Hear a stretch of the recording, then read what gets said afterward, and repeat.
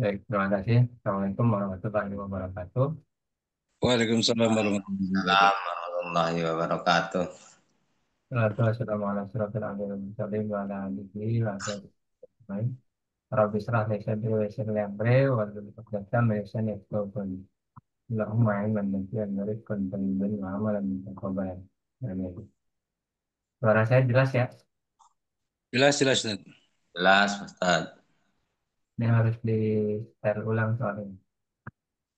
Output inputnya.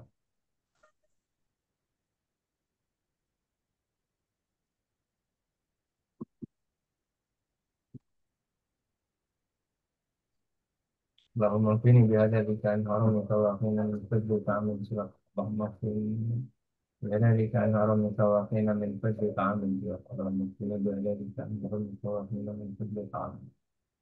اللهم إنا نعوذ بك من الهم والحزن ونعوذ بك من الحسد والكسل ونعوذ بك من الجبن والبخل ونعوذ بك من غلبة الدين والسخط. اللهم لا تدع لي ذنبا إلا غفرته ولا حما إلا غفرته ولا كربا إلا نفسته ولا ضرا إلا كفرته ولا دليلا من كل أحسن ليلا من الكافرين. اللهم اغفر لنا ولوالدينا وارحمنا كما ربنا صغارا. ربنا اتنا في الدنيا حسنة وفي الآخرة حسنة وقنا عذاب النار وقنا عذاب النار. أنا خرب بإذنك ويصفون وسلام على المرسلين والحمد لله رب العالمين. Terima kasih waktu yang telah diberikan kepada saya. Nah, jadi terkait dengan sirah Nabawiyah, kemarin ada orang lompat dari tower listrik udah viral tuh. Udah pada tahu belum Pak? Pak Acep udah tahu belum? Kang Belum pinjol tuh. ya? Iya, gara-gara pinjol. Hmm.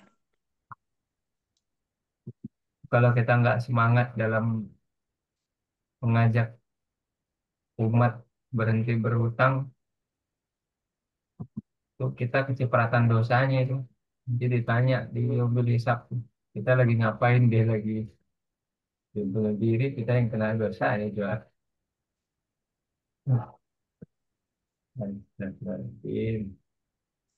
Iya. Saya lihat yang di berita tuh di Medan apa di mana ya?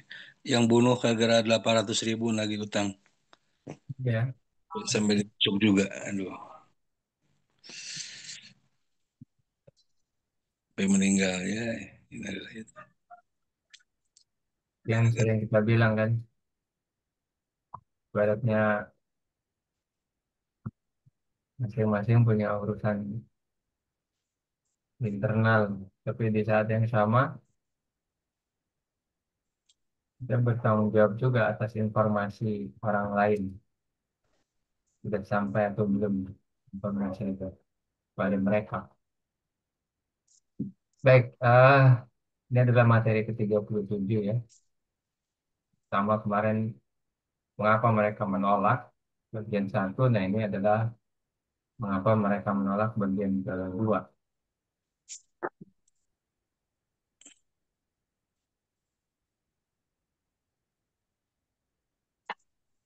Salah satu alasannya adalah fanatik terhadap agama sesat nenek moyang mereka. Baca di kitab terlalaikan dengan dunia. Ini kita kalau baca sirah atau mempelajari sirah itu memang harus dikaitkan dengan fakta, ya. Dengan fakta. Jangan jangan kita hanya pakai kacamata kuda. Oh, ini cuma di zaman itu gitu. Enggak ya. Tapi berkaitan dengan fakta, kenyataan sama, mirip atau berbeda. Jadi kondisi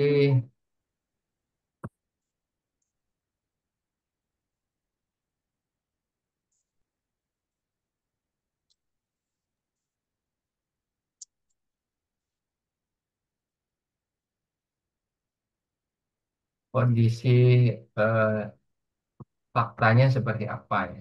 Jadi tidak tidak menjadikan seolah-olah fakta hari ini,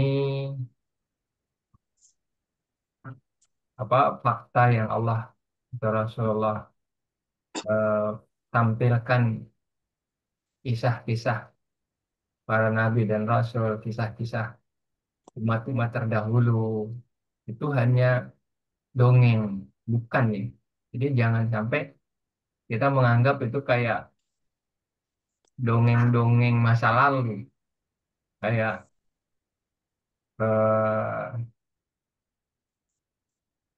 tidak bisa diambil hikmahnya atau tidak bisa direalisasikan dengan kehidupan hari ini, tapi tidak begitu ya. Jadi ketika faktanya sama, maka bisa jadi dihukumi sama.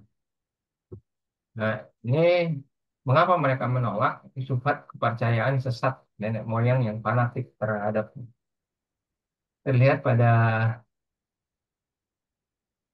Al-Quran. A'udzubillahi minasyaitonir rajim.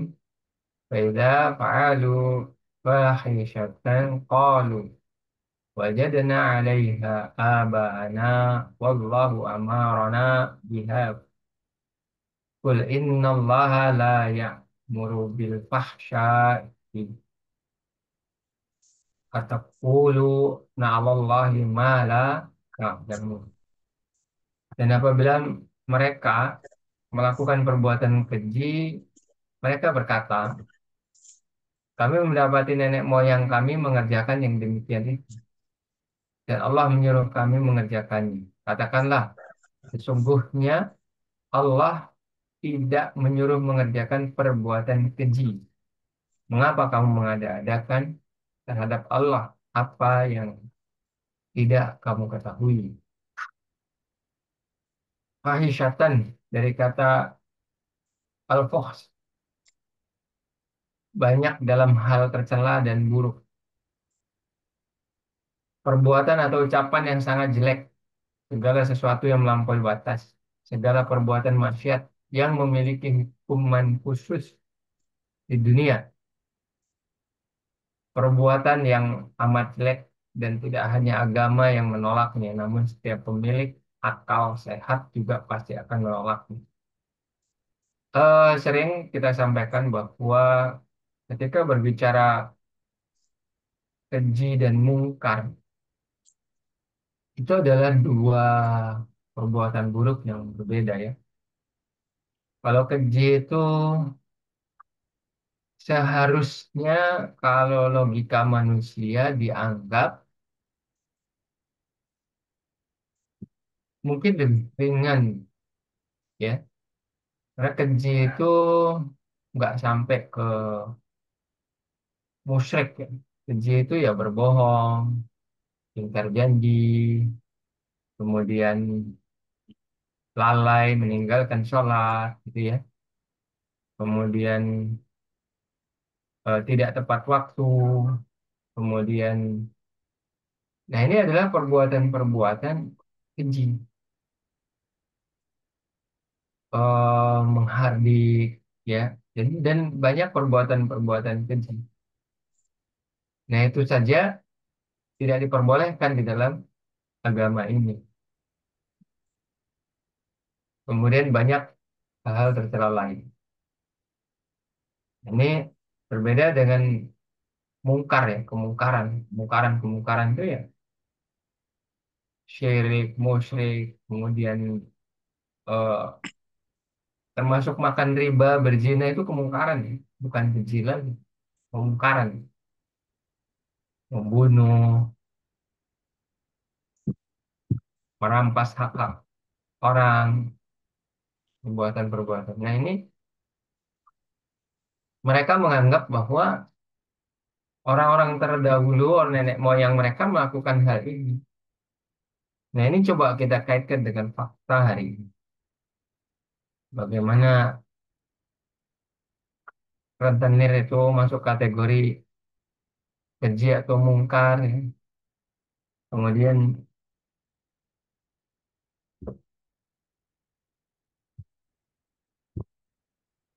perlakuan-perlakuan orang-orang yang luar biasa ya. Perbuatan-perbuatan yang justru menyelisih Al-Quran. Di masjid-masjid ditulis, nak jangan kau merokok, gitu ya. Tapi di saat yang sama mereka menerima riba. Nah, apakah nenek moyang mereka melakukan hal ini? Apakah kita berani menuduhkan Kiai Hasyim Asy'ari makan riba, atau kita berani menuduhkan Kiai Ahmad Dahlan makan riba, atau kita berani menuduhkan Pangeran Diponegoro makan riba? Nah, hal-hal seperti ini yang terkadang kita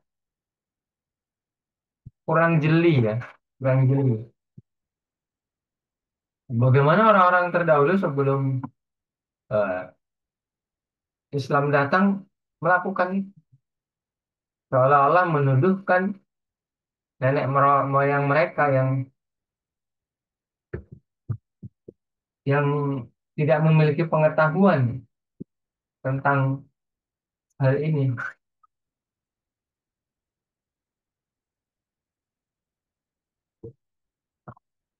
Dalam ayat ini terkait dengan pakaian sesuai dengan ayat sebelumnya ya. Pakaian, membuka aurat. Malah yang terbaru seolah-olah kalau olahraga kemudian dikasih seragam surprise, seragamnya baik laki-laki ya, seragamnya celana kolor dengan baju potongan atas, pusarnya kemana-mana. Padahal bagi seorang laki-laki pusar itu adalah aurat. Ada walaupun memang ada berbeda pendapat di sana. Ada yang mengatakan pusarnya itu sendiri bukan aurat, tapi jumhur ulama mengatakan pusarnya juga termasuk aurat. Nah, kita mau milih yang mana? Mau mengambil resiko menampakkan pusar itu tapi beresiko tersingkap dan terlihat di bawah pusar juga di atas lutut atau seperti apa? Ya, jadi seolah-olah hal itu biasa saja. Dahulu orang-orang kafir selain Quraisy tawaf dalam keadaan tidak berpakaian. Mereka lakukan turun-temurun mengikuti nenek moyang mereka yang diyakini melakukan atas perintah Allah. Jalla-Jalaluhu. Orang-orang kafir Quraisy bahkan selain kafir Quraisy kita paham bahwa di dalam Ka'bah itu ada berapa patung untuk mereka sembah dan akhirnya mereka menyembah dengan gaya mereka, dengan cara mereka, dengan pola pikir mereka. Ya, ada yang dengan tawaf dengan telanjang bulat, ada yang dengan wah, udah macam-macam udah kalau baca itu. Nah, saat menyanggah mereka Allah Jalla Jalaluhu hanya menyanggah perkataan mereka. Wallahu amarana biha, dan Allah menyuruh kami mengerjakannya dengan kul innallaha la ya'muru bil fahsya'i. Sesungguhnya Allah tidak mungkin ya, tidak mungkin menyuruh mengerjakan perbuatan yang keji. Apalagi umat Islam hari ini luar biasa ya. Apalagi kalau pas Ramadan atau menjelang Idul Fitri itu. Banyak kali aliran-aliran yang menunjukkan kesesatannya, tapi seolah-olah itu adalah kemajemukan.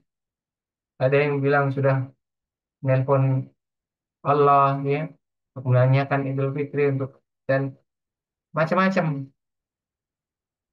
Ada yang cuma puasa 28 hari, ada yang 27 hari ya kan. Allah Jalla Jalaluhu tidak menyanggah sisi pertama dalih mereka yang mengatakan wajadna 'alaiha aba'ana. Kami mendapati bapak-bapak kami melakukannya. Karena dalih demikian adalah sangat rapuh dan memang tidak ada alasan bagi subhat mereka untuk fanatik pada ajaran sesat nenek moyang mereka. Masih banyak fanatikan mereka terhadap hal-hal lainnya, seperti pada penyembahan berhala dan kezaliman lain. Dan Nabi SAW yang hendak membersihkan akidah mereka dari kefanatikan mereka, difitnah, telah murtad, dan lain-lain. Nah ini, wah, kita kalau teman-teman kan udah ngalamin langsung ya. Berbicara tentang riba luar biasa. Ya.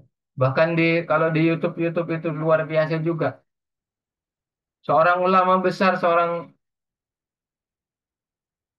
mubalik, tapi tidak bisa membedakan mana dain, mana qard. Dia hanya pertimbangan kapitalis, pertimbangan boleh ada toleransi melebihkan kalau 30% karena utangnya udah mungkin 10 tahun atau 5 tahun belum bisa dibayar. Baru memiliki kemampuan membayar setelah itu 5 tahun atau setelah itu 10 tahun. Maka boleh disesuaikan ada toleransi 30%. Disesuaikan dengan harga emas. Padahal minjemnya uang rupiah. Mereka tidak mau mengatakan yang hak adalah hak, yang batil adalah batil. Mana yang qard, mana yang dain. Mana yang memiliki padanan, mana yang tidak memiliki padanan. Mana yang misliat, mana yang kimiat. Dengan dalih apa? Dengan dalih seolah-olah Allah mencontohkan itu melalui Rasulnya. Padahal Rasulullah tidak mungkin mentoleransi riba. Nah, hal-hal seperti ini yang kadang luar biasa hari ini. Bagi orang-orang awam, kalah dalil jadinya. Karena orang-orang yang memperjuangkan untuk bertahan dalam gelimang riba justru orang-orang yang berilmu. Ini kebijakan yang baru mungkin teman-teman juga paham nih. Ya, salah satu bank mendukung program pemerintah untuk memberikan fasilitas rumah kepada ustadz, kepada dai, ya, pada kiai. Coba ini melalui program yang diberikan oleh perbankan. Ini bukan main-main. Bagi orang awam, maka seolah-olah pemerintah memihak Islam, tapi di saat yang sama justru kehinaan bagi umat Islam disuapin keharaman. Sudah tidak punya idealisme, sudah tidak punya prinsip. Seolah-olah Al-Quran hanya buat dihafal saja. Apakah dengan dalih ini mereka mengatakan bahwa tidak apa-apa? Karena Rasul mengajarkan makan riba. Tidak apa-apa. Yang penting mereka masih sholat. Dan mereka masih berhak mendapatkan gelar wa ulil amri minkum. Hal-hal seperti ini yang luar biasa. Apa bedanya dengan masa jahiliyah? Dari Rabi'ah bin Abad Ad-Daili. Pada waktu itu termasuk dari orang jahiliyah. Kemudian masuk ke dalam agama Islam. Beliau bercerita, aku melihat Rasulullah SAW dengan mata kepalaku di pasar Zil Majjas. Beliau menyeru, wahai manusia, katakanlah la ilaha illallah, maka kalian akan beruntung.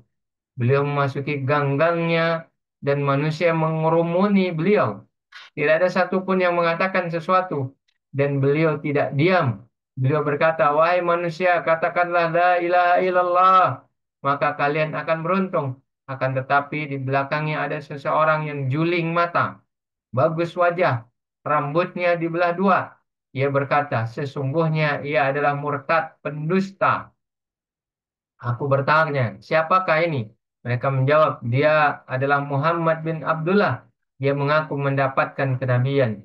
Aku bertanya lagi, lalu siapakah ini? Mereka menjawab, pamannya Abu Lahab. Na'udzubillah, cuma na'udzubillah. Bukan orang lain. Ya, justru pamannya sendiri. Secara orang mengindra ketika itu, ya Muhammad memang murtad dari agamanya Abu Lahab. Siapa yang bilang di masa Rasul mudah?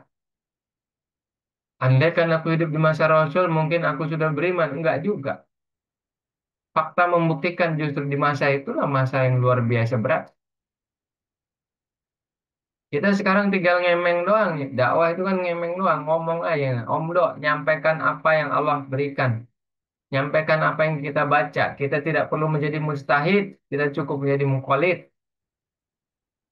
Tidak cukup membaca-baca, ya, berburu. Tidak perlu mengurai-nguraikan dalil lagi.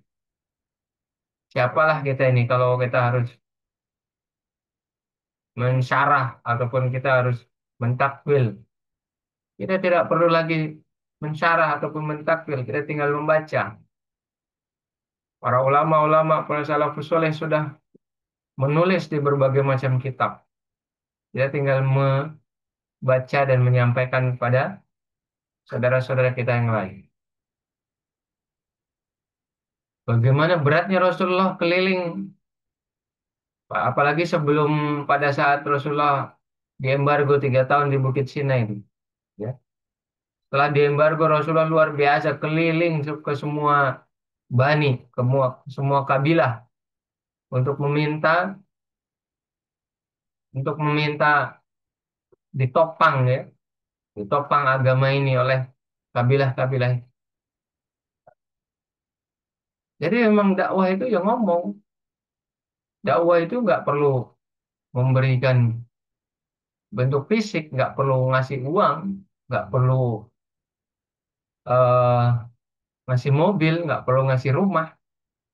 Dakwah itu yang ngomong, itu luar biasa. Ya.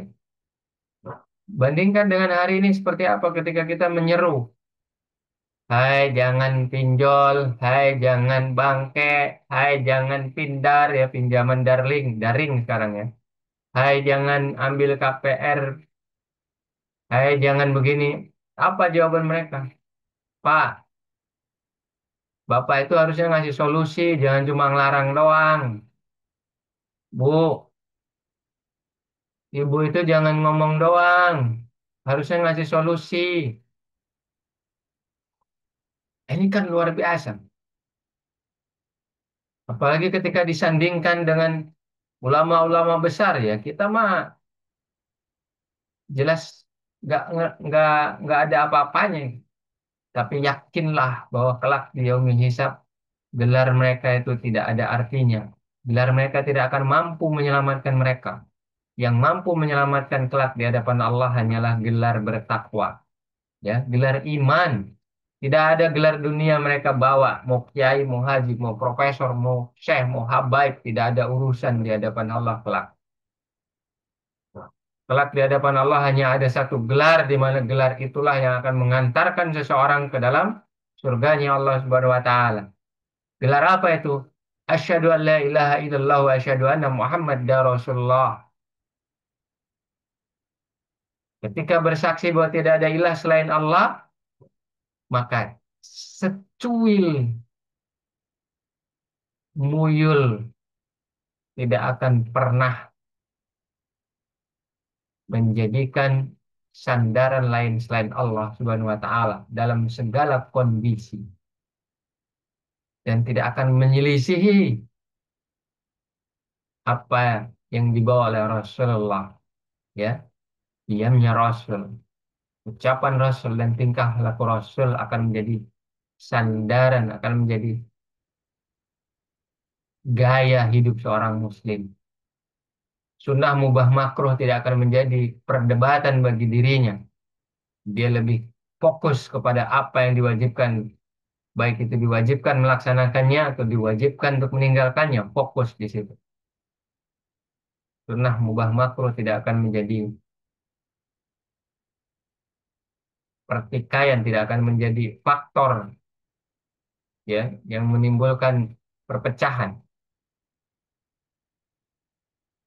Bahaya penyakit syubhat ya, kemiripan, persamaan atau ketidakjelasan, seolah-olah menyanding-nyandingkan perbuatan Rasulullah ya. Definisi syubhat menurut Imam Ghazali, sesuatu yang masalahnya tidak jelas karena di dalamnya terdapat dua keyakinan yang berlawanan yang timbul dari dua faktor yang menimbulkan dua keyakinan tersebut. Bahaya syubhat, perkara ma'ruf menjadi samar dengan kemungkaran.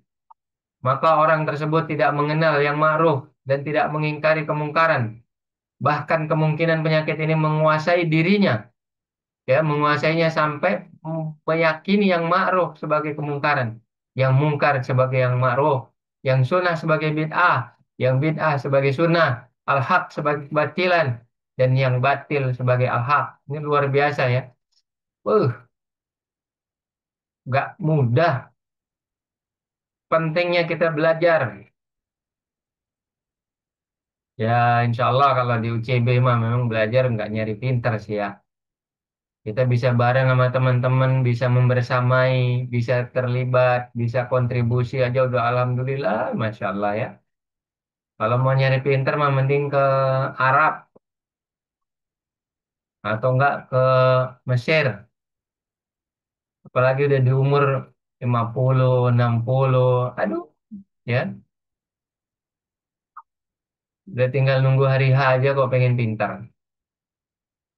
Maka kita bagaimana kita udah kebersamaan tuh, maksimalkan kebersamaan. Karena apa? Kita butuh circle, kita butuh lingkungan, kita butuh lingkungan yang mendukung perkara-perkara yang luar biasa ya. Hari ini semuanya itu luar biasa. Yang bid'ah, dikit-dikit bid'ah, bid'ah kok dikit-dikit. Yang perkara sunnah, seolah-olah sunnah kalau nggak ada hadiah atau celaan, ah itu kan cuma sunnah doang. Ya, coba lihatlah perkara-perkara sunnah yang nggak ditawarkan hadiah oleh Rasulullah atau Allah tidak mengabarkan bahwa ada keutamaan-keutamaannya. Sembrono orang. Perkara-perkara yang baik, masuk masjid kaki kanan, keluar kaki kiri, masuk toilet kaki kiri, keluar kaki kanan, pakai pakaian kanan dulu, nyisir kanan dulu. Itu kan nggak ada celaan, nggak ada hadiah lebih, nggak ada reward lebih. Padahal kita semua, padahal hari-hari kita itu bukan cuma makan nasi sama sayur doang. Ada yang nyemil, ada yang ngopi, ada yang ngeteh. Padahal itu nggak masuk dalam hitungan. Kita tanpa kita sadari hal-hal seperti itu. Ya, Masya Allah, Subhanallah. Belum lagi perkara-perkara yang sangat tipis, ya. Perkara-perkara yang sangat tipis. Itu yang kita selalu bilang muyul. Muyul itu kecenderungan. Kecenderungan, ya. Sesuatu yang diharamkan oleh Allah karena berlaku kebanyakan seolah-olah itu diperbolehkan. Ya wabil khusus hari ini justru orang-orang yang bukan orang awam,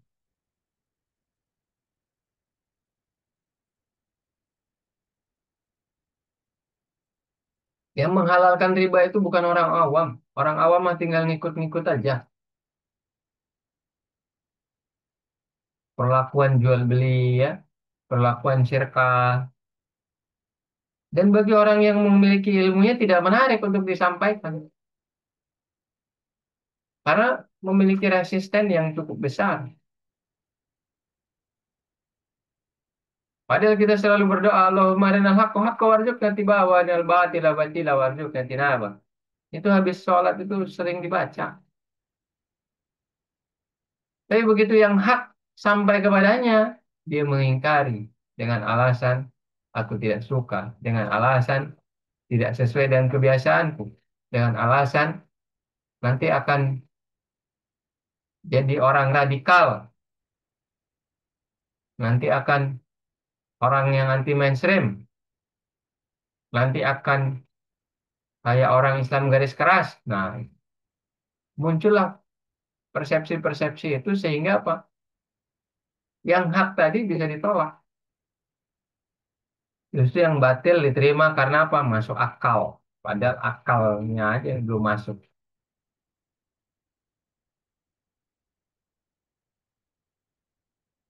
Akibat semua ini adalah apa? Kesesatan sedang obat penyakit. Obat adalah ilmu. Nah, ilmu ini dibutuhkan kesederhanaan, dibutuhkan penerimaan. Terima dulu. Jadi kalau namanya belajar itu bawa kertas kosong. Kertas yang sudah punya tulisan, jangan ditulis lagi. Nanti sampai di rumah baru direview. Antara tulisan masa lalu, tulisan sekarang, direview. Mana yang yang tepat, yang nas-nasnya tidak terpatahkan, nas-nasnya memang berdasarkan dalil-dalil qot'i, ya, qot'i tsubut dan qot'i dilalahnya tepat, sumbernya jelas, penunjukannya jelas. Nah, ini semua butuh il. Nggak bisa lagi pakai ilmu katanya, kata Kiai A, kata Kiai B.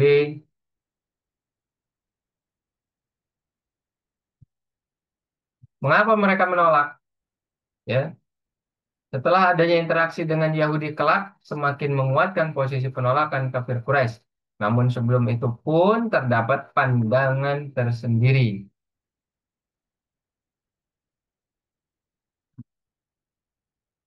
A'udzubillahi minasyaitonirrajim. Ma sami'na bihada fil millati al-akhirati in hada illa ikhtilafun. Kami tidak pernah mendengar hal ini dalam agama yang terakhir. Ini mengesahkan Allah. Tidak lain hanyalah dusta yang diada-adakan. Al-milatil akhirati. Nasrani, ya. Hal penting terkait poin ini, kafir Quraisy keliru menilai ahlul kitab. Ahlul kitab masa itu pun sudah banyak yang menyeleweng. Kafir Quraisy sendiri bodoh dalam masalah ini. Sebenarnya ahlul kitab pun ada yang beriman, yaitu siapa? Si Warokoh. Tapi tidak terlihat oleh mereka. Menjelang bi'tsah, ahlul kitab telah banyak membicarakan Nabi Muhammad SAW. Namun kafir Quraisy tetap lalai dan bersikap acuh tak acuh. Karena apa? Karena kepentingan mereka. Karena kepentingan mereka akan dunia ini. Coba perhatikan dengan kondisi negeri kita hari ini. Apakah kepentingan-kepentingan mereka itu yang menghalangi mengatakan kebenaran-kebenaran atau seperti apa?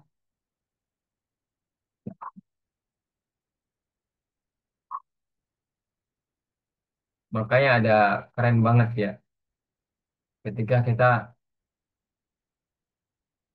terus mengikuti arah pembelajaran, arah kebenaran, menjadilah orang-orang yang hanif, terima, terima, terima, selama itu ada dalilnya, ya, maka akan kebaikan dan kebaikan dan kebaikan. Allah akan terus mentaufik orang itu dalam kebaikan, kebaikan, kebaikan. Mengapa mereka menolak? Tersibukkan dengan dunia, sehingga mereka menjadi lalai dan hati pun menjadi keras.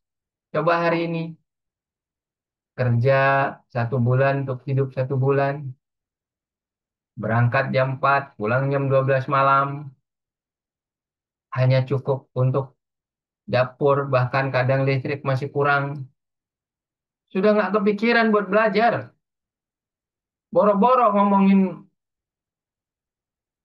mabda, boro-boro ngomongin politik Islam, boro-boro ngomongin kebaikan-kebaikan Islam. Penting sholat, penting sholat. Boro-boro itu juga kalau mikir sholat, ya. Sekarang mah kalau nggak kerja nggak makan katanya gitu. Padahal yang kerja juga belum tentu makan. Bagaimana mungkin dia bisa makan? Kerja gajinya 6 juta, utangnya 15 juta atau 10 juta. Berapa banyak yang model begini? Dari hari ke hari, makin dia menjadi keras hatinya. Keras, di batu, membeku, hitam. Karena lama tiada memberi peringatannya, keadaan mereka lalai dengan dunia, bahkan hingga saling berbangga akan banyaknya keduniaan mereka. Riwayatkan Bani Abdul Manaf bin Qusay dan Bani Sam bin Amro saling membanggakan banyaknya orang besar mereka, hingga pergi ke kuburan dan menghitung orang besar mereka yang sudah tiada. Bani Abdusi Syam bin Abdul Manaf dan Bani Sam bin Amro saling berbangga banyaknya kepemilikan. Siapa yang memiliki lebih banyak di antara mereka? Bani Haritha dan Bani Harith dari kaum Ansor lah yang melakukan hal tersebut. Kaum Yahudi yang melakukan. Mereka saling membanggakan diri dan saling menjatuhkan. Telah menjadi tren. Coba perhatikan hari ini. Coba perhatikan hari ini. Di kalangan anak muda bicara tentang rich, bicara tentang famous, ya, tentang kekayaan mereka, tentang keterkenalan mereka. Mereka melupakan adab-adab. Mereka melupakan aturan-aturan syar'i. Sama saja, baik yang mereka yang sudah berhijab ataupun belum berhijab, selama pola pikirnya tidak dirubah, maka mereka menjadi sama. Karena apa? Setiap umat muslim, pola pikir itu akan merubah pola sikap dan kepribadian itu akan tercermin dari pola pikir seseorang dan pola sikap seseorang. Itu akan menjadi habit. Habit akhirnya ketika dia berjamaah itu akan menjadi culture. Nah, inilah yang ada hari ini. Bagaimana kondisi hari ini? Apakah sama dengan mereka hanya beda orang aja, beda subjek? Objeknya sama. Objeknya berbangga diri atas harta. Dan di saat yang sama menjadikan seseorang lemah secara akidah.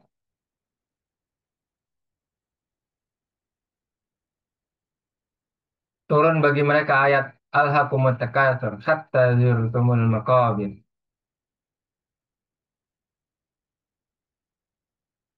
Alhaakumut Takatsur, bermegah-megahan telah melalaikan kamu. Alhaakum dari kata laha yalha, menyibukkan diri dengan sesuatu sehingga mengabaikan yang lain yang lebih penting. Alhaakum ansakum, membuatmu lupa, melalaikan. Kata semakna dalam ayat lain. A'udzubillahi minasyaitonir rajim. Ya ayyuhalladzina amanu la tulhikum amwalukum wala auladukum an dzikrillahi wa may yaf'al dzalika faulaika humul khasirun. Hai orang-orang yang beriman, janganlah harta-hartamu dan anak-anakmu melalaikan kamu dari mengingat Allah. Barang siapa yang membuat demikian, maka mereka itulah orang-orang yang rugi. Kalau dalam tafsir yang lain dikatakan apa? Yang membuat seorang Muslim itu tidak beriman kepada Allah adalah apa?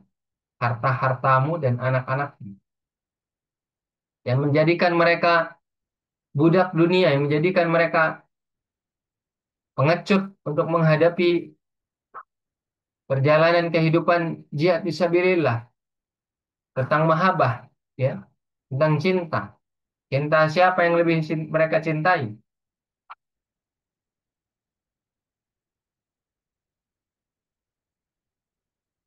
Seakar dengan kata lahwa yang melalaikan. Kata kasur dari kata katroh, banyak, menunjukkan adanya dua pihak yang bersaing dalam berusaha dan nafsu untuk memperbanyak, mengaku dan bersaing dalam banyaknya kepemilikan, berbangga dengan banyak atau lebihnya kepemilikan, adanya keinginan untuk terus menambah. Ini sebenarnya kalau kita semakin belajar tuh apa ya? Semakin tipis. Mana mukhoyar tuh sampai mana sih batasannya? Dan musayyar itu sampai mana batasannya? Tadi di awal saya bertanya tentang orang yang lompat. Tadi malam saya sempat cerita ke beberapa teman-teman. Di situ ada yang menanyakan atau memastikan bahwa dia pasti mati, dia pasti mati. Bahkan memastikan bahwa ajal itu ada pada pandangan kita, logika. Padahal berapa banyak orang yang kita temuin. Orang sudah lompat dari gedung 7 itu nggak mati, tapi justru cacat seumur hidup. Ada orang yang minum minuman yang seharusnya logikanya mati, tapi nggak mati. Kita lupa bahwa azal itu kepemilikannya punya Allah. Ya. Nah, sama dengan berbicara tentang ikhtiar. Seluruhnya kekayaan langit dan bumi alam semesta ini milik Allah. Dan Allah akan memberikan kepada siapapun yang Allah kehendaki untuk mentasyaruh, mengelola. Nah, ini juga harus ada keyakinan kita. Terus kita berikhtiar sampai di mana? Sampai mentok. Sampai semua pelajaran tentang menguasai dunia dipelajari. Tapi hasilnya serahkan kepada Allah. Jangan menjadikan angan-angan itu sebagai purpose. Bedakan visi dengan angan-angan. Bedakan cita-cita dengan angan-angan.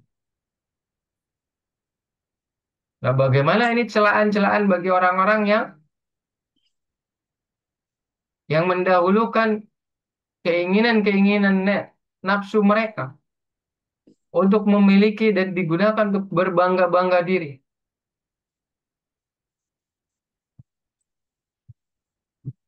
Kita punya kewajiban memang ikhtiar mastata'tu sampai mentok, sampai tak berdaya. Tapi tetap semua adalah hak prerogatif Allah untuk memberikan kepada siapapun mengelola bumi dan alam semesta ini. Ayat ini mengecam bahwa berbanyak-banyak di atas telah melalaikan. Melalaikan apa? Kebenaran. Yang telah menurunkan kebenaran. Tujuan hidup manusia yang sebenarnya. Risalah yang telah diturunkan. Dan hari akhir. Melalaikan dari apa? Kebersamaan. Yang kaya makin kaya. Kerjanya justru semakin menghina orang-orang yang tidak memiliki kemampuan. Padahal di saat yang sama musuh-musuh Islam itu membangun lingkungan, membentuk entitas untuk tetap memusuhi Islam. Tapi justru orang Islam tidak pernah berpikir bagaimana dia bisa membangun entitas yang kuat, bisa membangun jamaah yang kuat dengan support apapun yang Allah berikan kepada mereka. Pikiran mereka, tenaga mereka, harta mereka.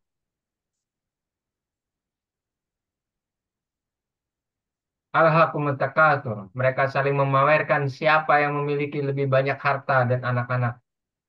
Kalian disibukkan berbangga-bangga dengan harta dan berbanyak-banyak dari taat pada Allah Jalla Jalaluhu. Kalian disibukkan oleh kecintaan kalian pada dunia dan kesenangannya serta perhiasannya. Sehingga kalian melupakan upaya kalian untuk mencari pahala akhirat dan memburunya. Banyak kisah-kisah di mana musuh-musuh Islam itu luar biasa. Membangun entitas itu jatuh bangun. Ya, jatuh bangun membangun entitas itu mereka. Membangun jamaah itu jatuh bangun. Bagaimana dengan umat Islam?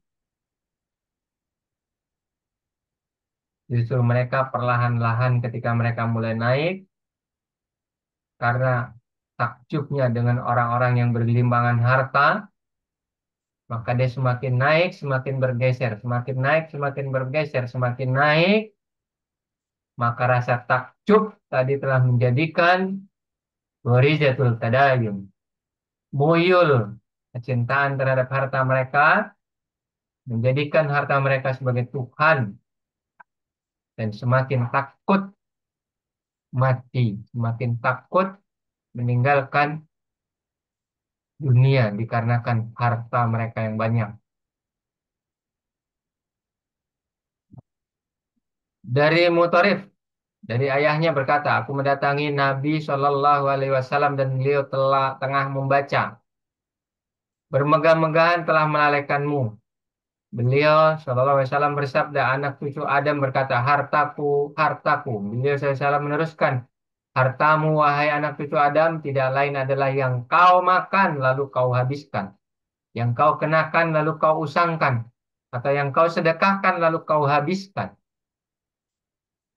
Hatta zurtumul maqabir, sampai kamu masuk ke dalam kubur.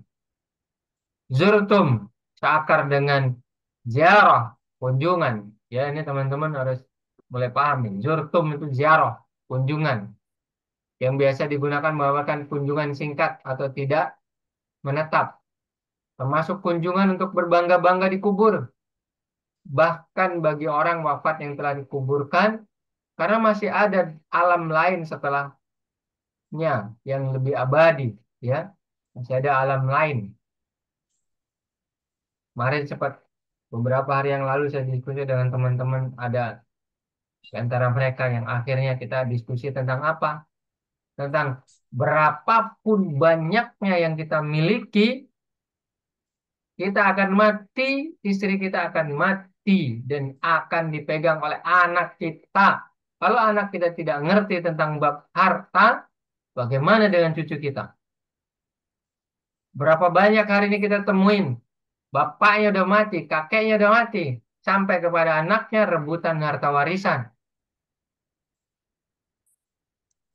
Karena apa? Karena tidak pernah diajarkan tentang Islam.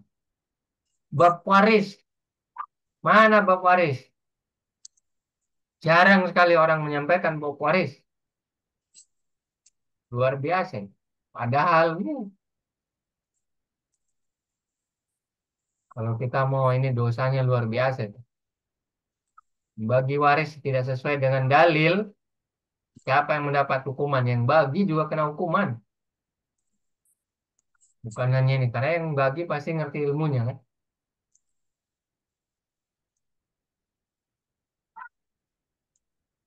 Makobir. Hanya ada satu dalam Al-Quran. Satu tempat pemakaman. Kober. Jamaknya kubur. Sekumpulan kubur disebut makburah, dan jamak makburat adalah makobir, pelipat gandaan, beruntun sesuai dengan kecaman terhadap at-takatsur atau jurtumul makobir. Dahulu mereka mengunjungi kubur menyebut orang-orang yang telah dikuburkan untuk berbangga hingga kalian dikubur dan menjadi penghuninya, hingga kalian mati menjadi penghuni kuburan.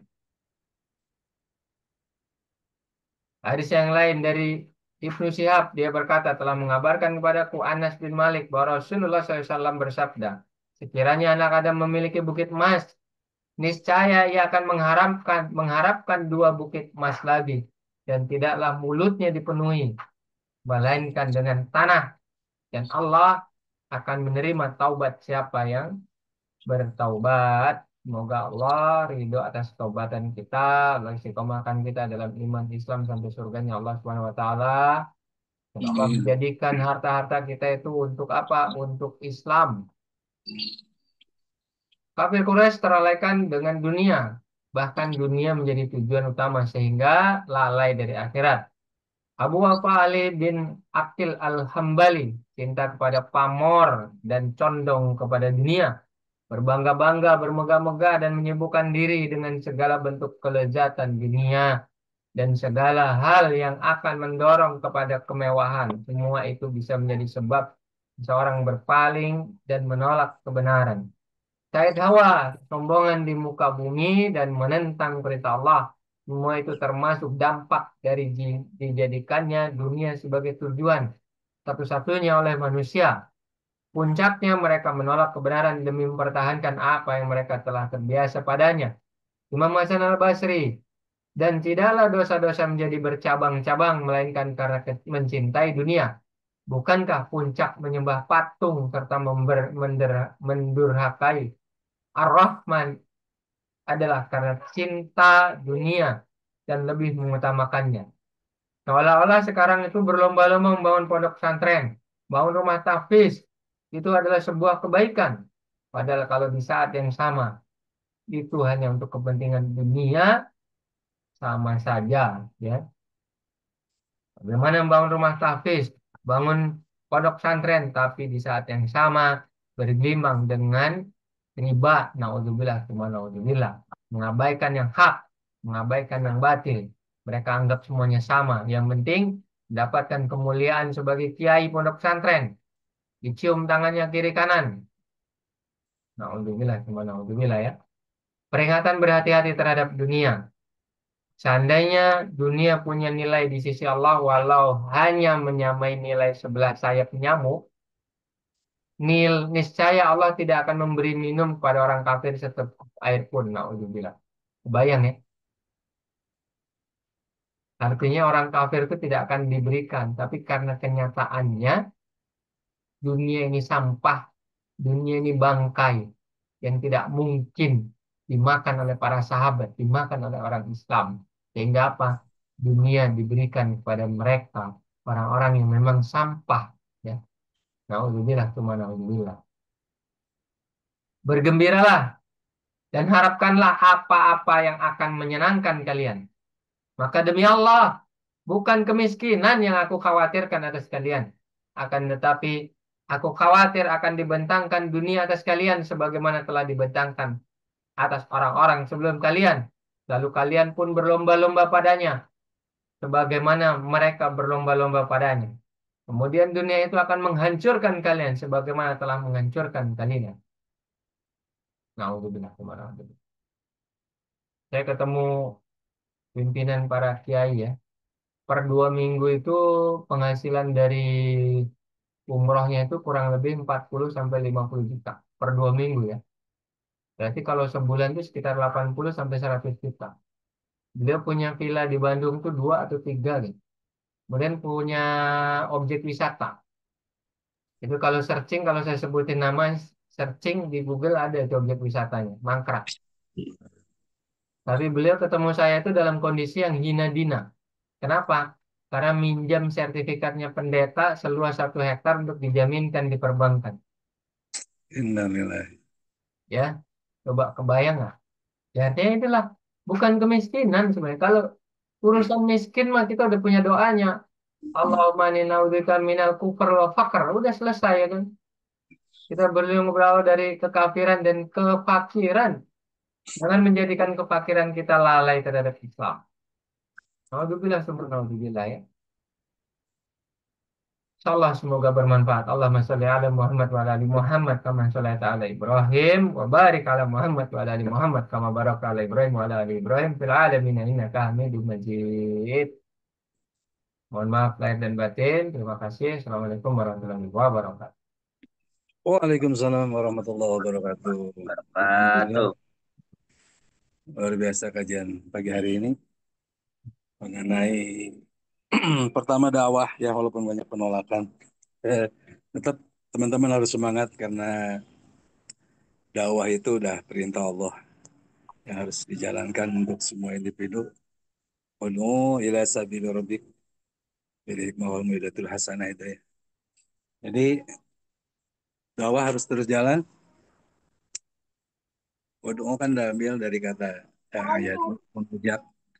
Yang mengajak yang pertama adalah untuk diri kita sendiri, yang pertama, yang kedua untuk keluarga, dan yang ketiga buat eh, orang lain. Nah, itu tetap harus dijalankan dakwahnya. Yang berikutnya tadi disampaikan juga oleh Ustaz Agung ya, kehati-hatian kita eh, apa dalam mengejar dunia ini bisa menjadikan kelalaian, ya Ustaz ya. Luar biasa. Jadi kan godaan laki-laki itu harta, tahta, dan wanita itu. Jadi kalau godaan wanita, harta, Lazada, Tokopedia, dan seblak yang lada. Nah itu.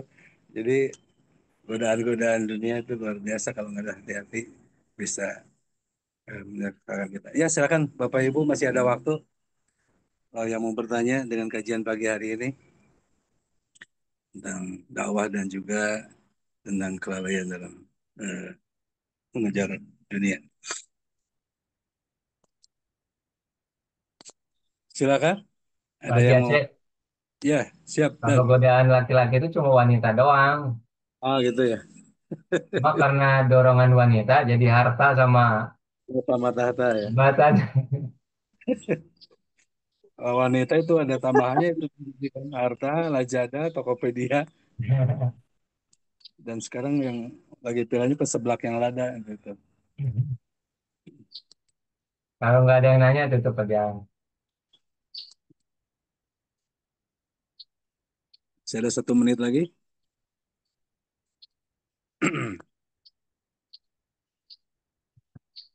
Ya, udah aja. Saya Sabzo mungkin ada yang mau ditanyakan? Lagi menikmati hidup. Lagi menikmati hidup. Ya. Siapan berangkat nulis. Heru, ada Cukup, yang mau Ustaz.